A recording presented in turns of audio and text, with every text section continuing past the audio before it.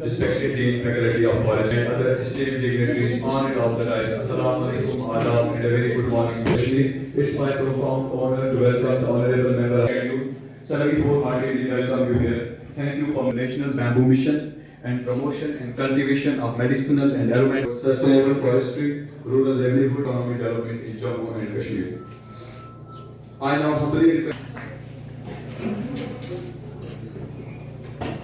the dais, esteemed participants, ladies and gentlemen, pleasure that I extend a warm welcome to each and every speed and popularization of medicinal awareness. On behalf of Faculty of Forestry of today's function, Janab Mia Altaf Ahmad Larvi Sahab, sir, we feel honored to have you with us. You hardly need any introduction. Blessed to have Professor Nazir Ahmad Ganai as Honorable Vice Chancellor. I take this opportunity to welcome Mr. Mansoor Ahmad Bhatt, worthy additional ADC Honorable to this faculty. Your presence has guidance and blessing the inaugural session. Sir, organizing this workshop, sir, your leadership continues to State Dean Dr. H. Police, also State Iqbal.